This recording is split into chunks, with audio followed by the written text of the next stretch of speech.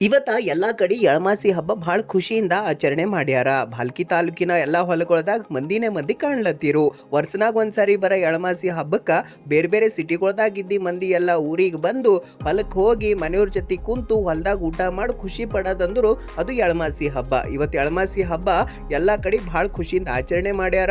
ಮುಂಜಾನೆ 5ಕ್ಕೆ ಮನೆಗಿಂದು ಅಂಬ್ಲಿ ಗಡಿಗೆಯನ್ನ ತಕೊಂಡು ಹೊಲಕ್ಕೆ ಹೋಗಿ ಹೊಲದಾಗ ಆಲ್ರೆಡಿ ಹಾಕಿದ್ದು ಕೊಂಪಿಯೊಳಗ ಪೂಜಾ ಮಾಡಿ ಅಲ್ಲಿ ಭೂಮಿ ತಾಯಿಗ ಲಕ್ಷ್ಮೀ ಮಾತೆ ಸ್ವರೂಪದಾಗ ಭೂಮಿ ತಾಯಿ, ಯಾಕಂದ್ರೆ ವರ್ಷವಿಡೀ ರೈತರಿಗೆ ಅನ್ನ ಕೊಡುವಂಥ ತಾಯಿ ಭೂಮಿ ತಾಯಿ. ಆ ತಾಯಿ ಪೂಜಾ ಮಾಡ್ತಕ್ಕಂಥದ್ದು ನಮ್ಮ ಹಿರಿಯರು ಹೇಳ್ಕೊಟ್ಟಿದ್ದು ಹಂಗೆ ಮುಂದುವರ್ಸ್ಕೊಂಡು ಬಂದ್ಯಾರ. ಭೂಮಿ ತಾಯಿ ಪೂಜಾ ಮಾಡಿ ಆರ್ತಿಗಿ ಮಾಡಿ ಅಲ್ಲ ಆದ ಬಳಿಕ ಹೊಲದಾಗೆಲ್ಲ ಜರಗ ಚೆಲ್ಲಿ ಆಮ್ಯಾಗ ಎಲ್ಲರೂ ಸೇರ್ಕೊಂಡು ಕುಂತು ಭಜ್ಜಿ ರೊಟ್ಟಿ ತಂದಂಥ ಎಲ್ಲ ಅಡಿಗೆ ಊಟ ಮಾಡಿ ಪತಂಗ್ ಹಾರಿಸಿ ಜುಕಾಲಿ ಆಡಿ ಭಾಳ ಖುಷಿ ಪಟ್ಟ್ಯಾರ.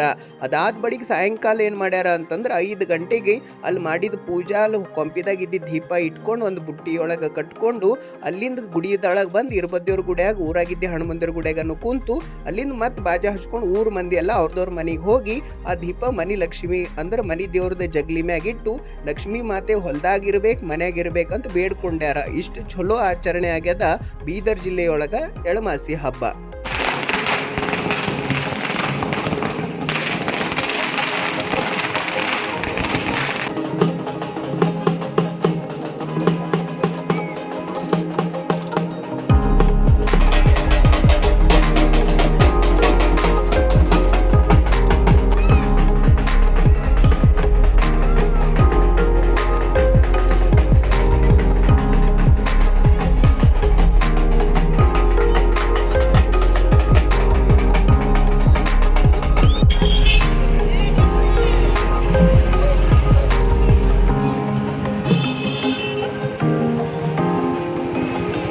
गाड़ी में गया ना।